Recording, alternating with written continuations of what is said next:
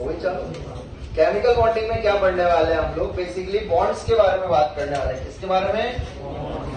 जो केमिस्ट्री के अंदर बन रहे होंगे केमिकल रिएक्शंस के दौरान। बात समझ आई? अब देखते हैं किस किस टाइप के बॉन्ड हमें देखने को मिलते हैं। तो बेसिकली हमें दो टाइप के बॉन्ड देखने को मिलते हैं, आयनिक बॉन्ड और बेसिक चीज आपको बता, आयनिक बॉन्ड में समझ आ रहा है किसके बीच में बॉन्ड बनेंगे? आयन। किसके बीच में? और कोवेलेंट बॉन्ड में आपको पता है कौन सा प्रिंसिपल चलता है? Sharing is caring. तो यहाँ शेयरिंग से बनते हैं। ठीक है, अब इसमें डिफरेंट चीजें पढ़ेंगे हम लोग, ये सारे टॉपिक्स हैं, इनके बारे में बात करेंगे अभी। पहले इधर आ जाइए। कोवेलेंट बॉन्ड में डिफरेंट थ्योरीज है, कैसे बॉन्ड बनता है वो सब इन थ्योरीज ने बताया। Lewis theory, VBT, valence bond theory, full form मत लिखना अभी। हाइब्रिडाइजेशन ये भी एक कॉन्सेप्ट है। Valence shell electron pair repulsion theory ये भी एक थ्योरी है। MOT molecular orbital theory. Basically ये सारे तरीके हैं जिनसे आपका फाइनली पता लगेगा कि कोवेलेंट बॉन्ड कैसे बनता है और उसके अंदर और भी चीजें कैसे कैलकुलेट होगी अबाउट कंपाउंड।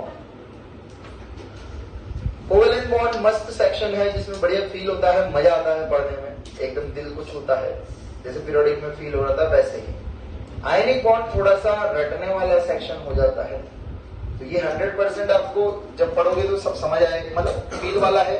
इसमें थोड़ा बहुत अपने को रटने वाला भी है और समझने वाला भी। क्लियर है? तो हम सबसे पहले आयनिक बॉन्ड पढ़ना ही शुरू करेंगे। तो नेक्स्ट हेडिंग लिखिए आयनिक बॉन्ड। Ionic bond.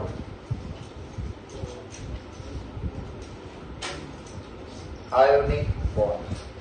चलिए, आयनिक बॉन्ड सुनते ही आपके दिमाग में सबसे पहले कौन आता है? Na। क्योंकि तुम्हें पता है Na को कीड़ा है, क्या बनने का? अंबानी। हाँ या ना? क्या कन्फिग्रेशन आ गया? 2, आसपास घूमता हुआ कौन मिला इसको?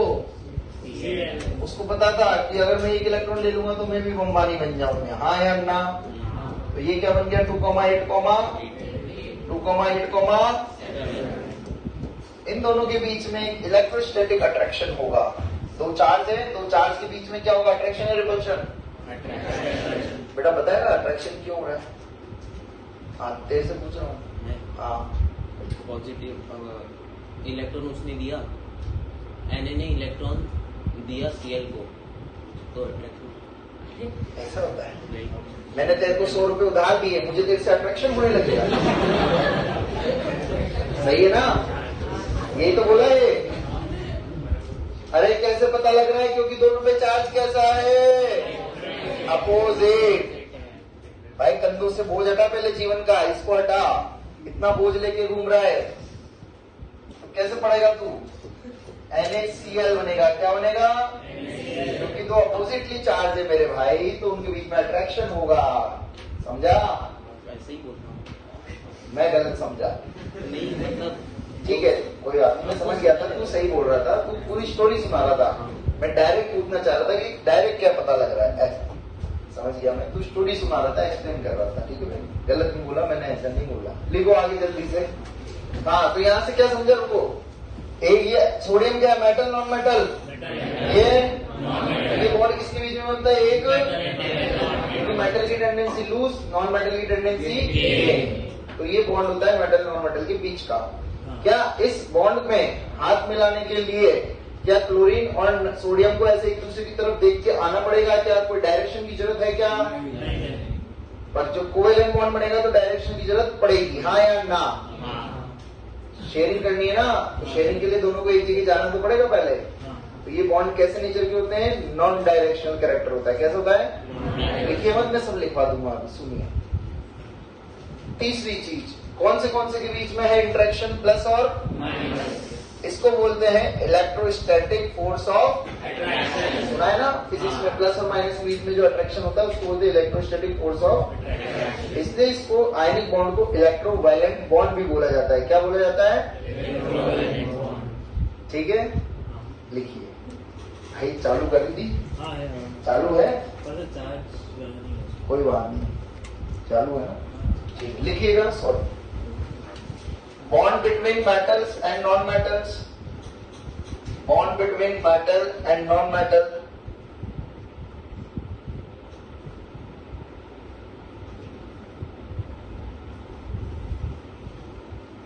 Next point, metal forms cation and non-metal forms anion.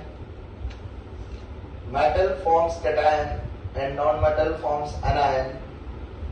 Bracket में लिख लीजिए polar bond. Metal forms cation and non metal forms anion. जो बॉन्ड बनता है वो पोलर होता है, POLAR, पोलर बॉन्ड. आगे बोलूं, लिखिएगा. Complete transfer of electrons between two atoms. Gentleman, complete transfer of electrons. सुनाई गई है? अच्छा, ये सुना हुआ है?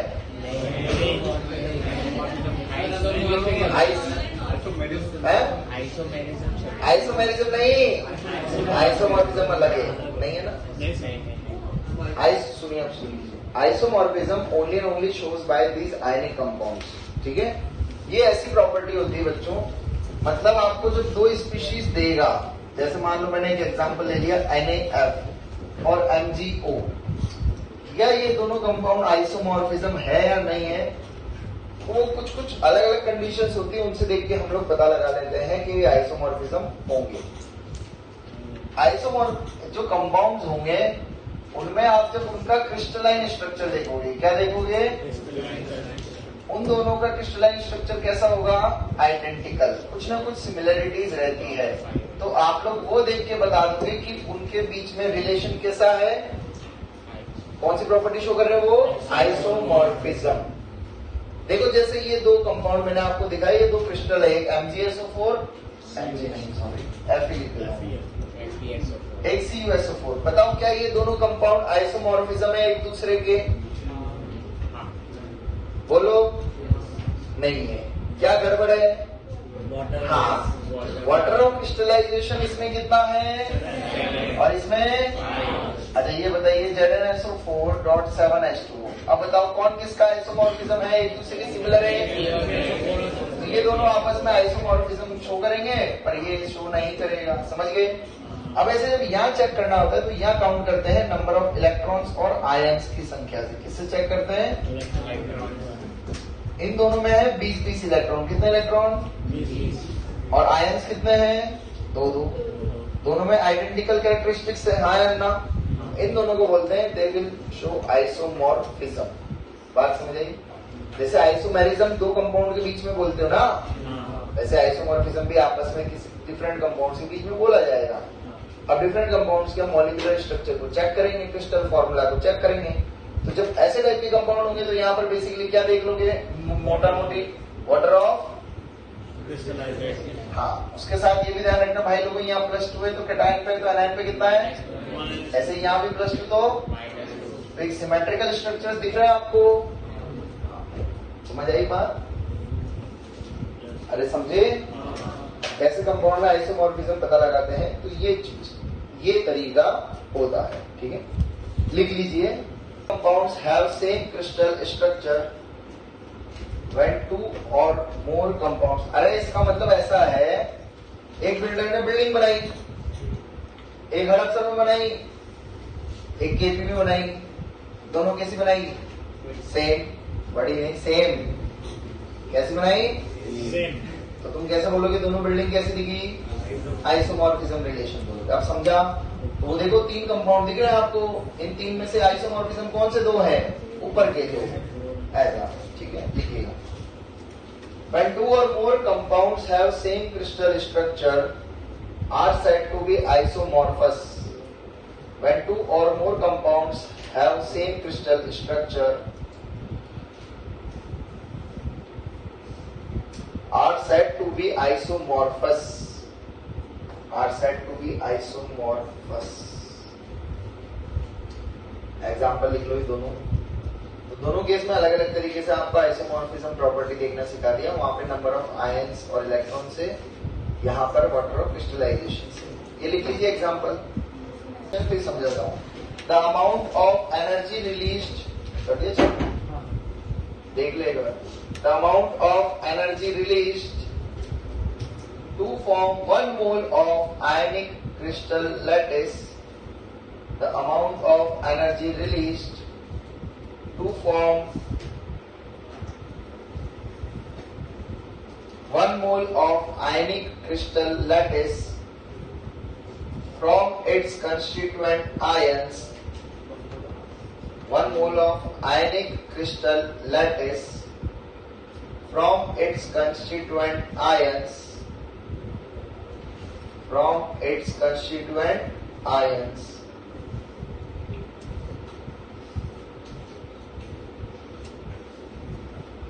लिखा सबने?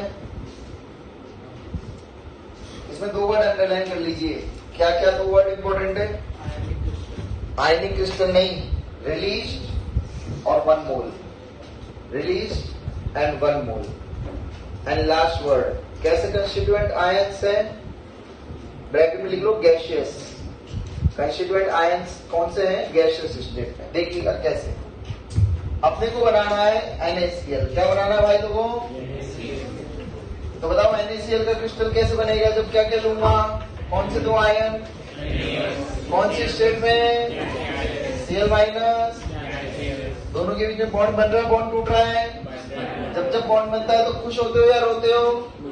तो खुशियां रिलीज होती है. वैसे ही कौन सी एनर्जी रिलीज होगी? बहुत बढ़िया. इसको बोला जाता है लैटिस एनर्जी. तो सभी को क्या कहानी समझ आएगी? जितना ज्यादा स्टेबल बॉन्ड, जितना स्ट्रॉन्ग बॉन्ड बनेगा कभी भी, उतनी ज्यादा स्टेबिलिटी होगी. क्या होगी? क्योंकि उतनी ज्यादा सिस्टम से एनर्जी रिलीज होती है. समझ गए? लिखिए फटाफट. कोई डाउट है क्या? क्या हो गया? सब बताएंगे आपको. अभी बताएंगे धीरे धीरे. रुको जरा. अभी सिखाएंगे आपको. सॉलिड भी बनाएंगे. क्या चीज? ये जो अपन ने लिखी डेफिनेशन उसका रिप्रेजेंटेशन है बेटा. एनर्जी रिलीज हो रही है कुछ, तो हमें पता नहीं है कौन सी है. बट हाँ, क्या पता लगा? गैशियस आयन कंबाइन होके एक आयनिक कंपाउंड बन रहा है. तो जो उस टाइम पे एनर्जी रिलीज होती है जब गैशियस आयन से कंपाउंड बनता है, उसको लैटिस एनर्जी बोलते हैं.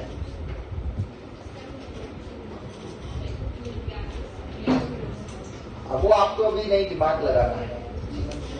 आपका मकसद है लैटिस एनर्जी को समझना. When you are combining gaseous ions, एक क्रिस्टल बना, सही है, the energy will be release. उल्टा, पहले एनर्जी रिलीज थी, अब एनर्जी दे देंगे. मान लो ई एनर्जी मैंने दे दी, क्या मिलेगा? Na plus. सॉलिड लिखो ये गैस प्लस. बताओ बच्चों, जो एनर्जी की जरूरत थी ये कौन सी टाइप की एनर्जी थी? All clear? लिखिए आगे. चलो लिखा इतना. चलिए, अब एट लास्ट हमारा मकसद है लैटिस एनर्जी को फाइंड करना. क्या फाइंड करना? लैटिस एनर्जी फाइंड करने के लिए एक साइंटिस्ट था जिसने बहुत मेहनत करी. दिखाते हैं उसकी मेहनत कैसे रंग लाएगी. ठीक है, नेक्स्ट स्लाइड करूं. तो आपको बात समझ आ गई बच्चों. लैटिस एनर्जी की दोनों डेफिनेशन होती है, फॉरवर्ड और बैकवर्ड में. आपको जो पढ़ने को मिलेगी वो कौन सी मिलती है ज्यादातर? फॉरवर्ड वाली, ये वाली. पर ध्यान रखना दोनों तरीके से पॉसिबल है. ठीक है, चलिए नेक्स्ट हेडिंग लीजिए. Bond Haber cycle. Bond Haber cycle. कोई बच्चा मुझसे पूछ रहा था आपके बैच में, शायद पीरियोडिक में था ये. Bond BORN bond Haber cycle. ये पीरियोडिक में मिलेंगे इसके क्वेश्चंस आपको. नहीं, अच्छा वो अलग है. बॉन्ड हैबर साइकिल क्या हो गया? नहीं समझ आ रहा क्या? स्पेलिंग लिखूं बड़ा बड़ा? समझ गया. लिखिएगा. बॉन्ड हैबर साइकिल से हमको क्या पता लगेगी? Lattice energy. तो बॉन्ड हैबर साइकिल हमें ये पता लगाता है, 2 चीजें पता लगाता है. लिखिएगा. को कन्वर्ट करना है, हाँ या ना? कौन सी क्या करोगे? सबसे पहला काम बताओ. क्या समझ आ रहा है आपको? Na प्लस गैशियस तैयार करने के लिए Na सॉलिड को किस में कन्वर्ट करूं? गैस में. बहुत बढ़िया. तो पहला मकसद अपने को समझ आ गया, Na को गैस बना दो, Na के वेपर बना दो। हाँ। बना दिए, कौन सी एनर्जी लगती है? डेल्टा एच सब्लिमेशन एनर्जी लगेगी, कोई डाउट? अब आयनाइजेशन एनर्जी, हाँ, क्या कर रहे हैं Na से? प्लस आयोनाइज, कौन सी एनर्जी लगेगी?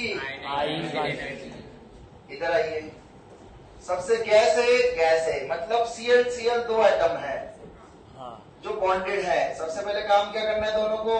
तोड़ना है।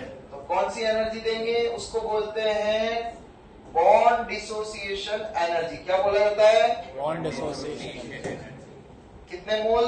आधा मोल। ये हाफ ही मोल है। क्या मिल गया आपको? Cl गैस, हाँ या ना? हाँ, अब Cl को क्या करना है? एनर्जी। देनी है। कौन सी एनर्जी रिलीज होगी? Absorb, release, absorb. Sir release, क्या काम हो रहा है? इलेक्ट्रॉन, दूसरा है इलेक्ट्रॉन गेन होता है तो कौन सी energy India?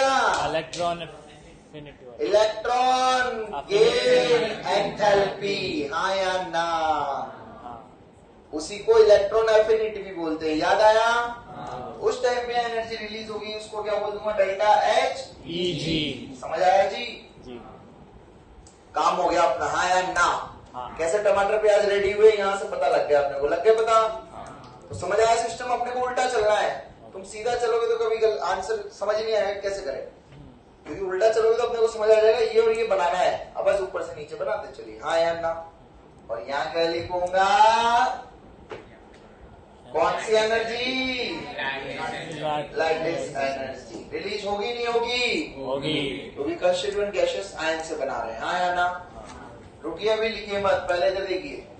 Delta H F, बताइए किसके बराबर लिखूंगा? सबसे पहले क्या लिखूंगा? डेल्टा एच, ऐसी बोले तो plus energy, half delta H plus HEG, delta H easy, plus last चीज दोबारा देखना है इधर, सब्लिमेशन एनर्जी एंडो या एक्सो? ले रहे हो या ले रहे हो? Endo, endo, endo, endo. Ionisation energy, endo, bond dissociation energy. Endo, अरे खूब बॉन्ड तोड़े ना तुम लोगों ने, हाँ, तो तोड़ने का काम, एनर्जी देने का काम, हाँ या ना? हाँ, डेल्टा एच ईजी एक्सो, बताइए क्या? हाँ, दैट इज एनर्जी। एक्सो, तो ये दोनों कैसी है बच्चों? एक्सो, ये तीनों कैसी है? Endo, all clear? क्लियर। छापो फटाफट।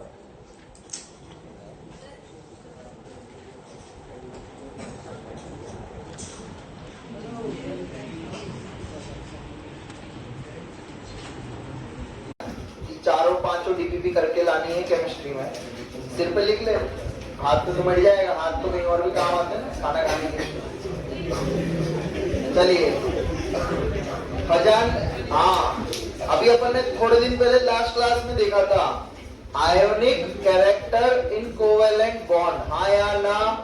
कितनी वैल्यू थी? 1.7। वहां पर ने क्या देखा था? Ionic character in covalent bond. आज कौन सा बॉन्ड पढ़ रहे हैं हम? तो आयोनिक बॉन्ड में कौन सा कैरेक्टर देखेंगे? किसने दिया?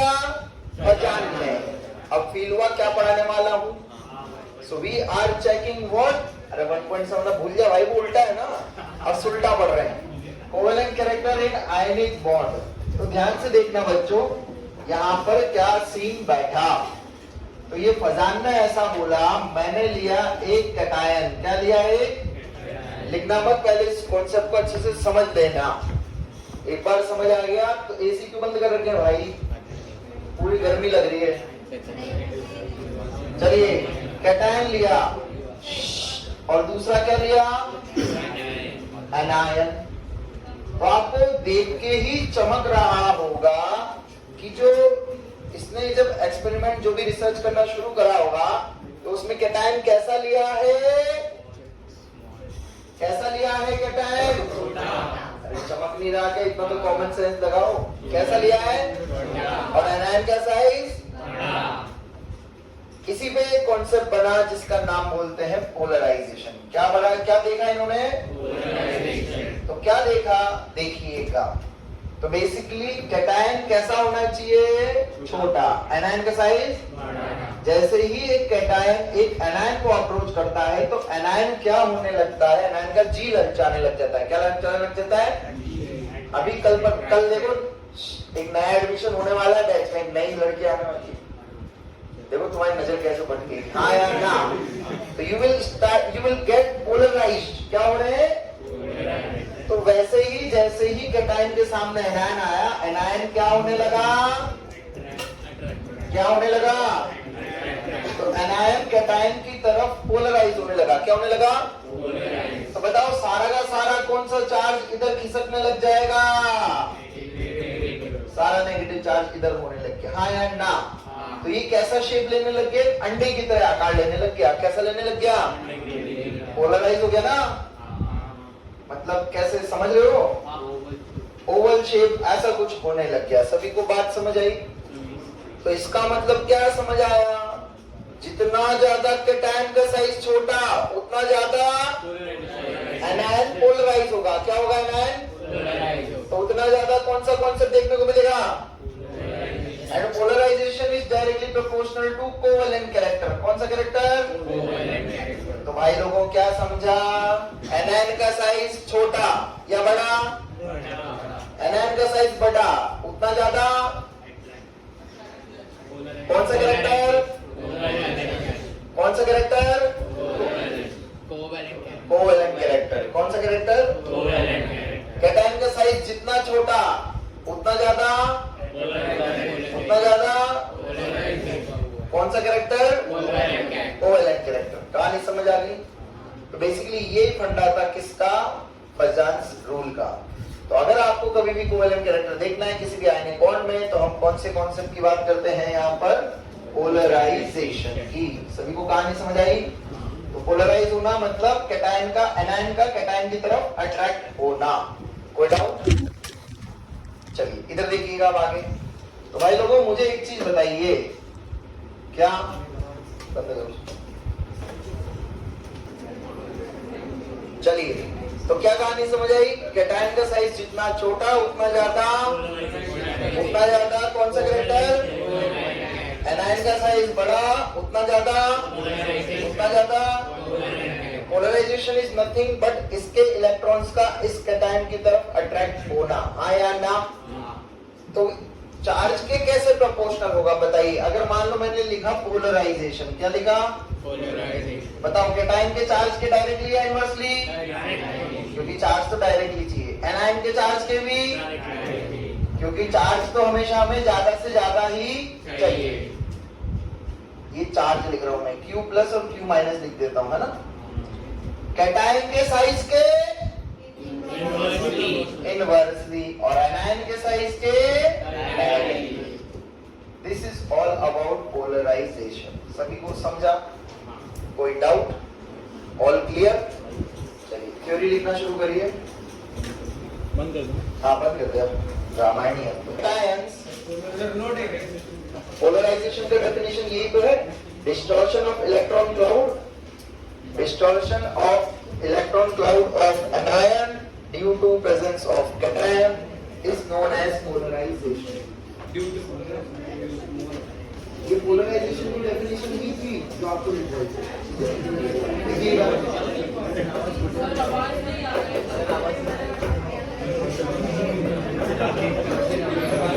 फील करना और डिटेल में समझा रहा हूँ। महिला विभाग शांत हो जाएगी। और कैटायंस क्या कर रहा है? पोलराइज हो रहा है या कर रहा है? कर रहा है। तो कैटायंस पोलराइजेस, इसके लिए टर्म होती है पोलराइजेस। बात समझ आ रही है?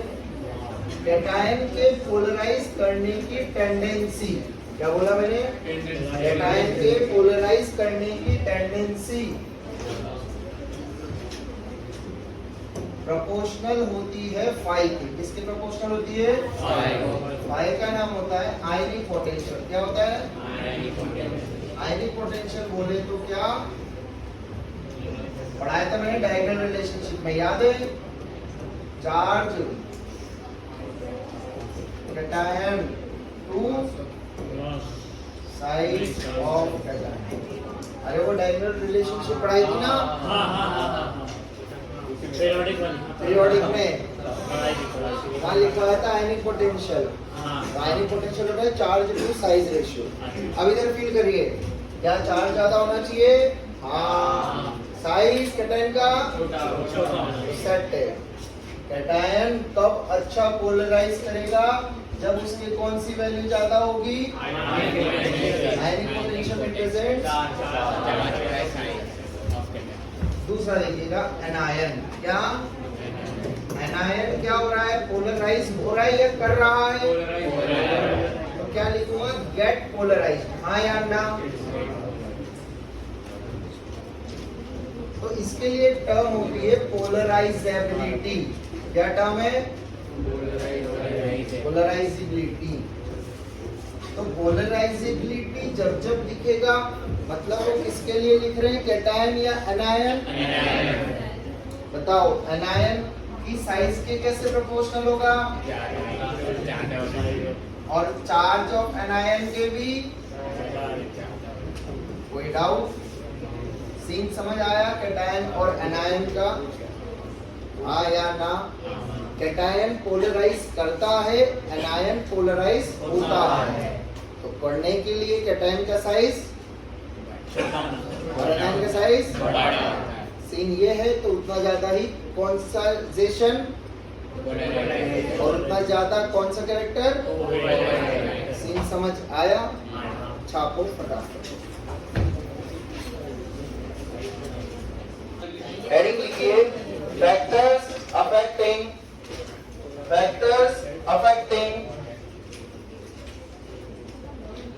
पोलराइजेशन। Factors affecting polarization. पहला लिखिएगा साइज। पहला लिखिएगा साइज, लिख लीजिए नेक्स्ट लाइन में। साइज लिख के क्या लिखेंगे? Polarisation directly proportional to size of anion. अरे यही लिखोगे ना, polarisation directly proportional to size of, inversely proportional to size of. लिख लीजिए, polarisation directly proportional to size of anion, inversely proportional to size of cation.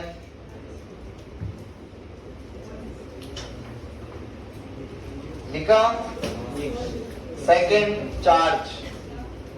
पहला factor था size, दूसरा factor था चार्ज।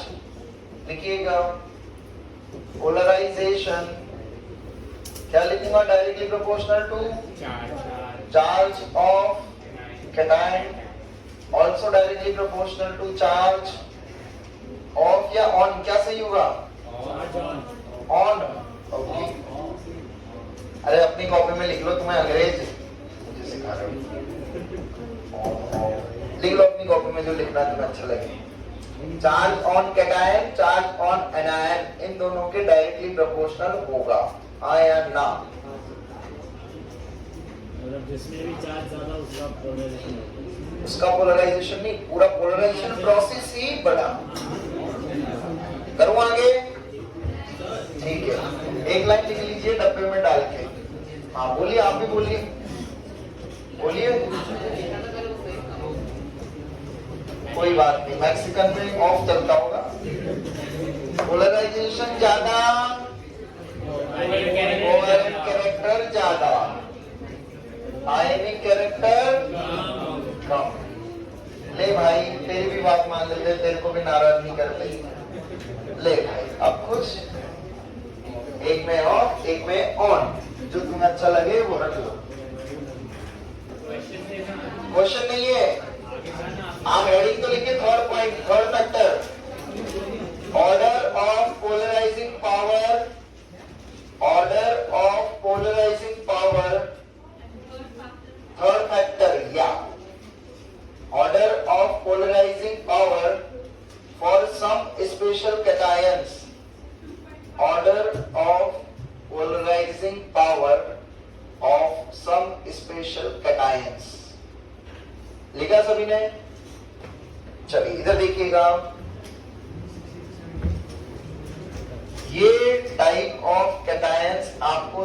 को मिल सकते हैं। डिफरेंट टाइप ऑफ कैटायंस मतलब ये कैटायन, इधर देखिएगा पहले सब लोग सीख लीजिए। इनर्ट गैस क्या कंफिगरेशन होता है? आउटर मोस्ट शेल में 8, हाँ या ना? 18 इलेक्ट्रॉन, कितने इलेक्ट्रॉन? 18 को बोला जाता है सूडो इनर्ट गैस कंफिगरेशन। क्या बोला जाता है? इनर्ट गैस नहीं है। इनर्ट गैस कैसा दिख रही है?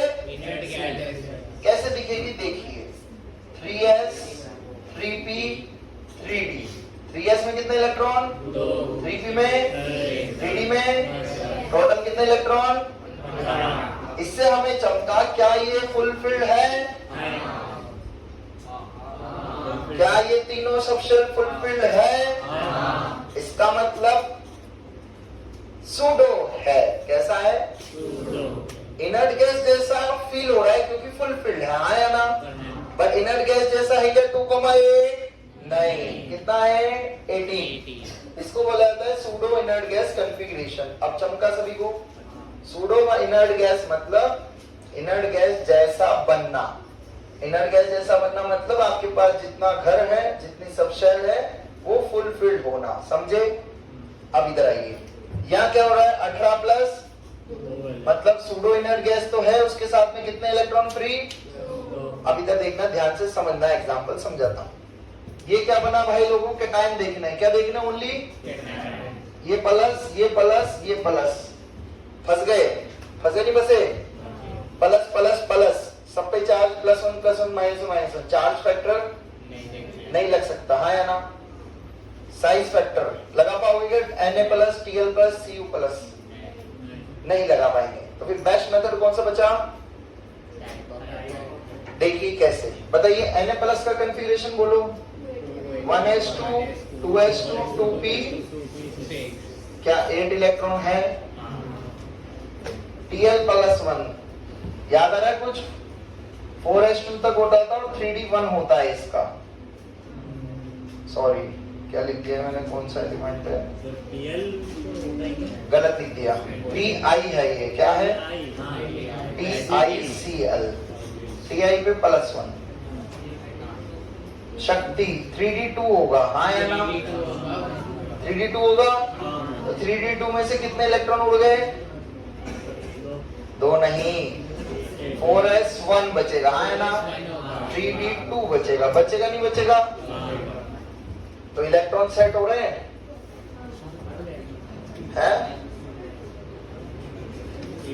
18 प्लस 2 हो रहा है क्या?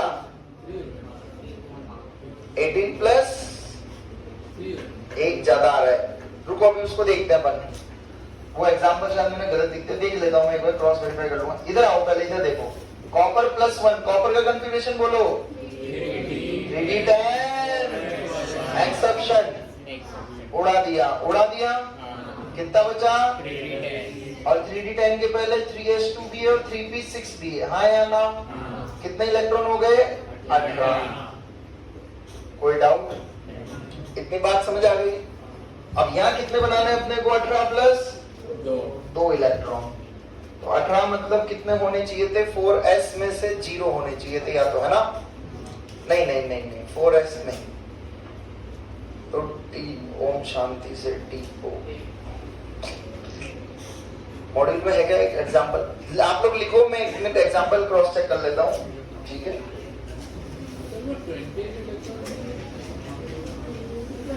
बैंगन, आलू, गाजर, थैला।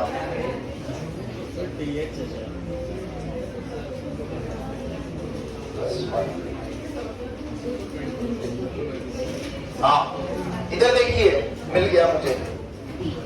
देखिए ये TL है, क्या है? TL और Cl है। बैंगन, आलू, गाजर इन थैला। बैंगन, आलू, गाजर इन थैला। बोरोन का कंफिगरेशन बोलो। बोरोन का क्या होता है बच्चों? 5 नंबर है, हाँ ना? 1s2 2s2 2p1, हाँ या ना? उड़ा दो 1 इलेक्ट्रॉन, उड़ा दिया। समझ आ रहा है ना? बैंगन, आलू, गाजर इन 1 इलेक्ट्रॉन उड़ा दिया, उड़ा दिया। अरे एक इलेक्ट्रॉन उड़ाऊंगा ना। अब मान लो आप गैलियम पे आओ, कहाँ आओ? आपको चमकेगा गैलियम का। जिंक के बाद आता है गैलियम, हाँ या ना? जिंक का क्या होता है? 3d10 4s2, यही होता है। इसका क्या होगा? 3d10 4s1, नहीं 4s2 पीछे है, 3p1 होगा, यही होगा, होगा ना? किसको उड़ा रहा हूं यहां से? 3p नहीं, सॉरी, क्या होगा? 4p1, sorry. अब सब क्लियर है। देखो 2p1 इसका, 3p1 इसका, तो गैलियम का क्या होगा? 4p1। All clear? इलेक्ट्रॉन उड़ा दिए, उड़ा दिए। Tl क्या शो कर रहा है? कौन सी ऑक्सीडेशन स्टेट? +1। तुम्हें तो यही दिख रहा है ना, +1 ही। एक इलेक्ट्रॉन उड़ा दिया, कितने बचे बताओ? कितने बचेंगे गैलियम के पास? 4s2 इधर था, 3d10 था, हाँ या ना? 4p1 था, 4p1 उड़ा दिया, कितने बचे? चमक रहा है? 12 नहीं बचे, पीछे क्या है? और कितने हो गए ये इलेक्ट्रॉन? बोलो। 18 प्लस, अब चमका। ये चीज किसके अंदर देखी हमने? गैलियम के अंदर। किसके अंदर? सेम चीज किसके अंदर दिखेगी आपको? किसके अंदर दिखेगी? अब समझ आ गया कैसे प्रूव करा मैंने? शो कैसे हुआ? वो दिख रहा है 18 + 2, तो इसमें भी कितने दिख रहे हैं आपको? अब देखो उसमें कौन सी होगी अपन समझ लेते हैं। बैंगन, आलू, गाजर इन थैला, तो यहाँ कौन सा था? 4p, यहाँ क्या होगा? 5p, यहाँ क्या होगा? तो 6p1 से इलेक्ट्रॉन उड़ेगा, उड़ेगा नहीं उड़ेगा? तो क्या बचेगा? 5s2 बचेगा, बचेगा नहीं बचेगा? 5s2 के साथ जो भी बचेगा वो लिख दिया मैंने, समझ गए? एग्जैक्ट समझने के लिए अपने को उसका इलेक्ट्रॉनिक कन्फिगरेशन एग्जैक्ट देखना होगा। बात समझ आ गई? अरे समझ आ गई? तो आप तो मान के चलिए कि उसका कितना है अभी? 18 + 2 इलेक्ट्रॉन है। सभी को क्लियर हो रहा है? क्लियर हो रहा है? हाँ।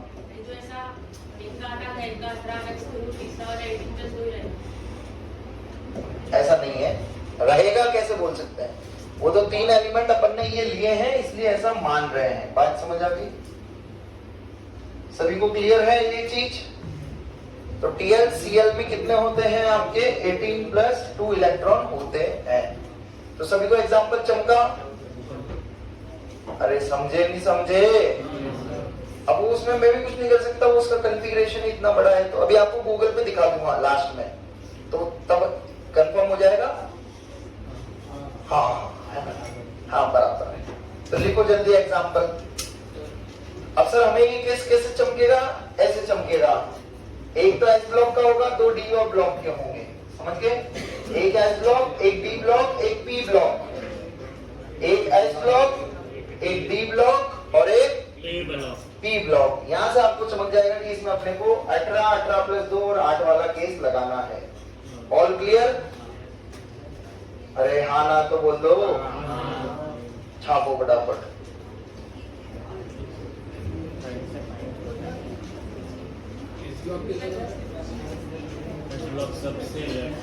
ये एस ब्लॉक का है,